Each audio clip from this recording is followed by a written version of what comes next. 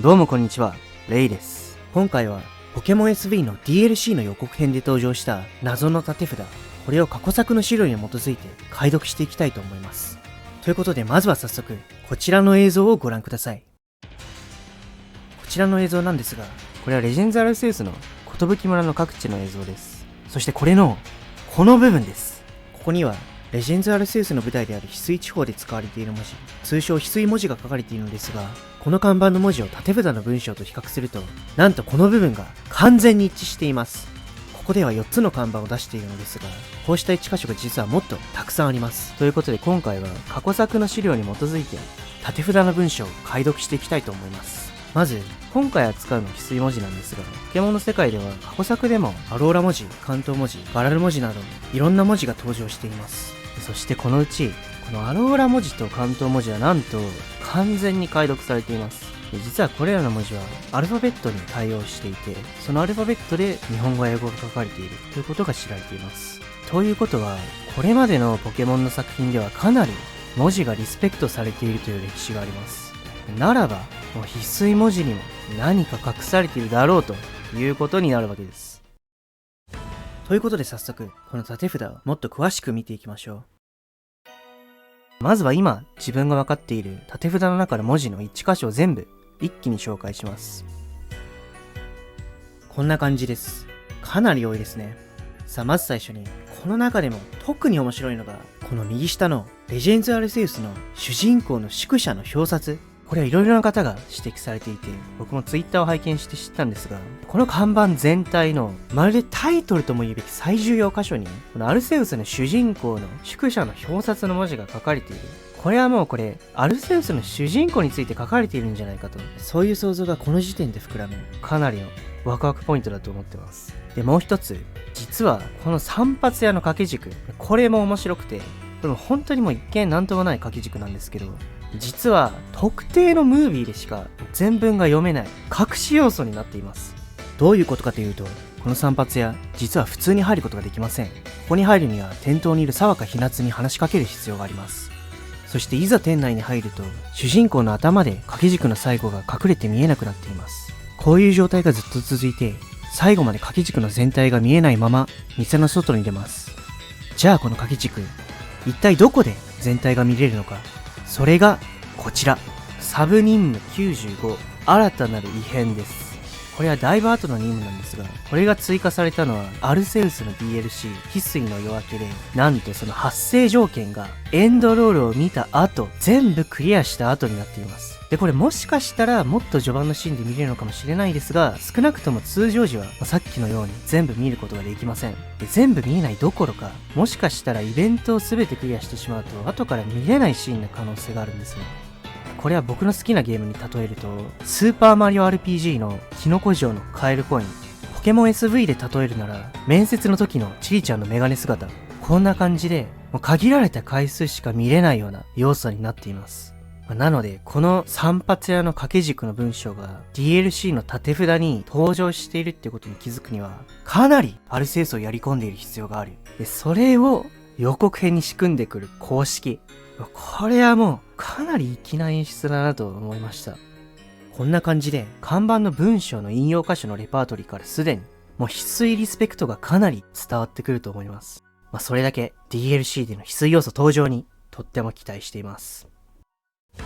さあここで過去の研究と今回の解読の方針を説明します。今ここに出ているのはダイパリメイクにおける街の看板です。こちらダモさんの信用文字データベースというページから引用させていただいています。これを拡大するとこのようになり、さらに文字起こしするとこのようになります。まずこのように実はアルセウスだけではなくダイパリメイクでも翡翠文字が使われています。そしてこの看板の文字をよく見るとこんな感じでタウン、シティ、エリアに相当する文字が全部共通しています。このように少なくとも一部の概念については単語が存在していることがわかります。こうして単語が存在するということが知られていることから、今回はアルファベットを推定するという方法ではなく単語ベースで解読を行っていきます。さてもう一つ翡翠文字について知られているのが、この左側がダイパリメイクの寿シティの看板、右がアルセウスの寿村前の看板なんですが、なんと読み順を逆にすると寿の単語が共通しています。なので、時を超えてアルセウスからダイパリメイクの時代まで同じ寿っていう単語が使われているだけではなくて、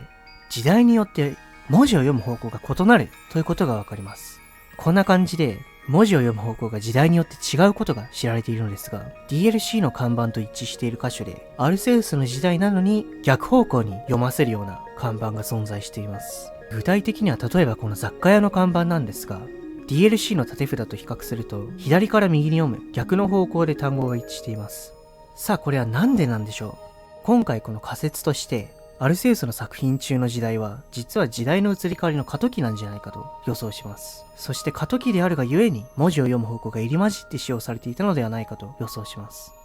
で、今回の DLC の縦札には37種類の文字が登場するんですが、連続して6文字がたまたま一致することはかなり稀な現象です。なのでこの一致している単語というのはそれぞれの場所で同じ意味で使われていると考えます。ということで実際に看板の単語をそれぞれ推定していきましょう。まずはこの4つの中で一番左、この民家の表説はストレートに住居、それか故郷という意味を持つと考えます。そしてクラフト屋の看板について、これは生存とかサバイバルという意味を持っているんじゃないかと考えます。で、アルセウスにおいて自分で道具を作るクラフトというのは荒野でのサバイバルに必須なので、このクラフト屋の看板ではサバイバルといった内容が書かれているんじゃないかと予想します。そしてこのポニータの写真、これは攻撃という意味なんじゃないかと考えます。この写真の中のポニータは攻撃をする前のような姿勢をとっているので、写真の特徴である攻撃を表していると考えます。最後にこの銀河団本部の掲示板、これは右側がここに記す、左側が立ち向かうとか戦いといった意味があるんじゃないかと考えます。この左側は相撲のような絵が描かれたポスターなので、立ち向かうとか戦うといった意味があるんじゃないかと考えます。で、次にこの雑貨屋の看板なんですが、これは翡翠地方の標語のようなものが書かれていて、この地の安泰を願ってといったことが書かれているんじゃないでしょうか。これは上の行で雑貨屋であることが書かれていて、下の行では翡翠地方の標語のようなものが書いてある。その標語がこの地の安泰を願ってといった内容なんじゃないかと思います。で、続いてこの主人公の宿舎の表札で、これは実は散髪屋の掛け軸の最初の単語と同じになってます。で、この掛け軸の方が3つの単語に分かれて縦札に登場しているんですが、ジャンプの努力、友情、勝利のような標語が書かれているんじゃないでしょうか。そこから連想して、例えば冒険を通して郷土を守り安寧を得るといったような標語が書かれているとすると、宿舎の表札と共通の部分は冒険者や冒険となって、残り2つの単語は郷土を守るとか安寧という意味を持つと考えます。で、最後にダイパリメイクのポケモンリーグ前の看板なんですが、この看板だけ唯一最初の文字が違っています。この単語については文字の見た目がかなり似ていることから、活用形の違いなどで1文字目が違っているんじゃないかと考えます。なのでこの単語はこの最初の2文字でポケモンという意味を持っていると考えます。さあ、以上で看板のすべての単語の意味を推測しました。この役を使って実際にポケモン SV の DLC の予告編の看板を解読してみましょう。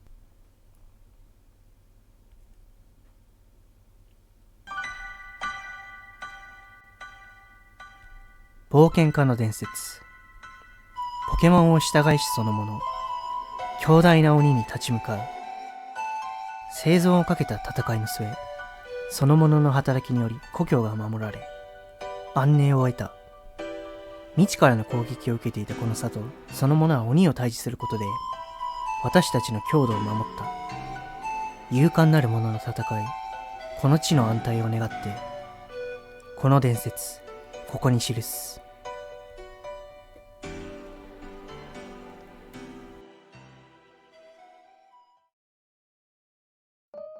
ということで、こんな感じなのではないでしょうか。今回は予告編の縦札を扱ったんですが、実は予告編にはお祭りの風景や学校のポスターなど、まだまだたくさんいろんな文字が登場するシーンがあります。そして翡翠文字を解読するポイントは、とにかく過去作を探検して、たくさん単語を探すことだと思っています。そこで、今回のポケモン SV の一大テーマを覚えていますでしょうか。そう、宝探しです。翡翠文字解読の鍵は過去作をたくさん探検して世界中の文字を探すことにある。こうした単語の宝探しに基づいて解読ができるという粋な計らいなのではないでしょうか。